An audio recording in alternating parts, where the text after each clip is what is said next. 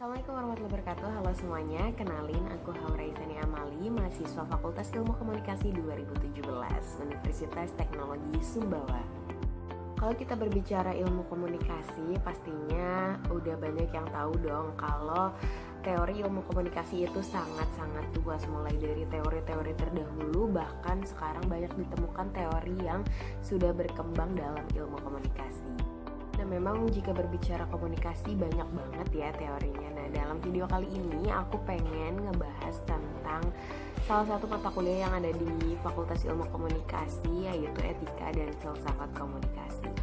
Sebenarnya banyak banget subbabnya nih teman-teman, tapi dalam video kali ini aku pengen ngehususin ngebahas tentang Fragment of Truth, the Right Communication as a Universal Value.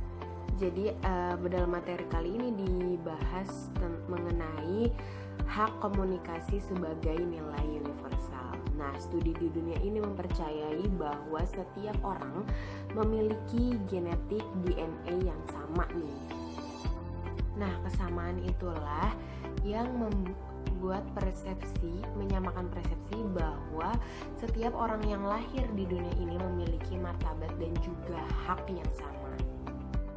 Pentingnya hak asasi manusia inilah sama dengan hak manusia akan kebutuhan air dan juga oksigen. Wah, menarik ya.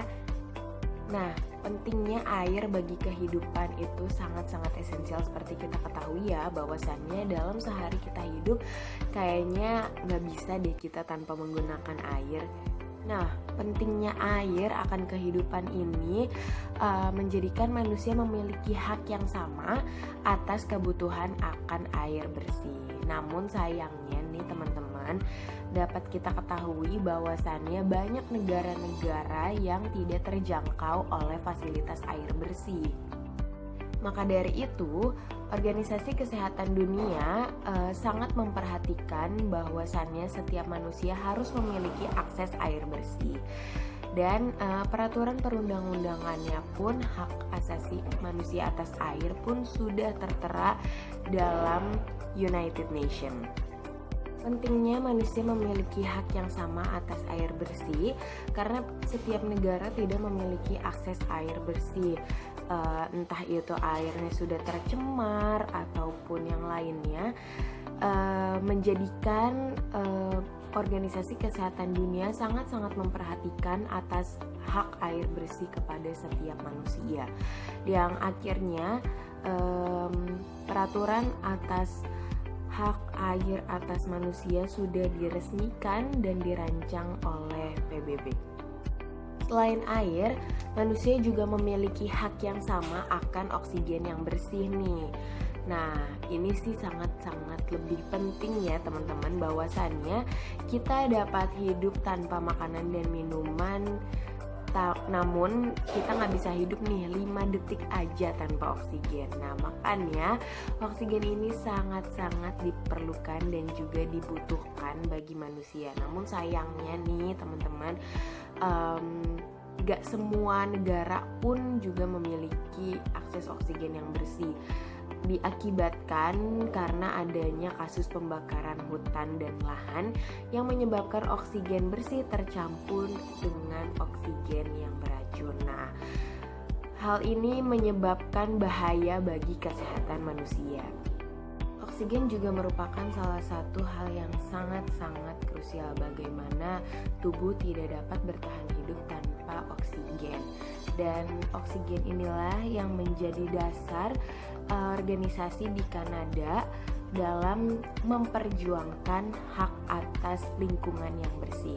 Karena pada saat itu di tahun 80-an dan juga didasari oleh berbagai riset bahwasannya banyak penyakit yang didasari oleh oksigen dan juga lingkungan yang tidak sehat. Salah satunya adalah penyakit asma yang banyak diderita manusia yang diakibatkan oleh oksigen yang tidak baik. Maka dari itu pemerintah Kanada merancangkan agar setiap manusia mendapatkan hak atas lingkungan yang bersih.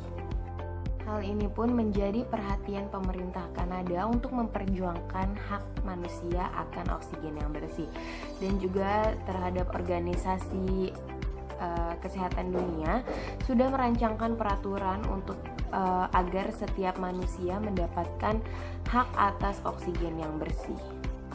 Nah, kenapa sih kita harus berbicara mengenai air dan juga oksigen dalam komunikasi? Ini penting karena setiap manusia memiliki hak yang sama. Dan juga dalam komunikasi, kalau kita tadi udah ngebahas bahwasannya setiap manusia terlahir secara genetik yang sama, dan setiap manusia itu berproses dalam komunikasi nih. Dan tentunya pentingnya komunikasi ini, hak akan berkomunikasi juga didapatkan oleh setiap manusia. Nah, dalam hal ini pentingnya kebutuhan komunikasi sama seperti kebutuhan kita akan air dan oksigen. Dan komunikasi juga penting dan juga sangat esensial bagi kehidupan, terutama dalam kehidupan berpolitik, budaya, ekonomi, dan segalanya pun membutuhkan komunikasi. Maka dari itu, dalam teori kali ini sangat penting setiap manusia memiliki hak asasi manusia sebagai nilai universal. Salah satunya tadi sudah disebutkan contohnya hak asasi manusia terhadap air, oksigen, dan juga hak manusia dalam berkomunikasi. Itu dia teman-teman mengenai teori tentang etika dan filsafat komunikasi, terutama bagian hak komunikasi sebagai nilai universal. So, terima kasih telah menonton video ini. Semoga video ini bermanfaat dan sampai jumpa. Wassalamualaikum warahmatullahi wabarakatuh.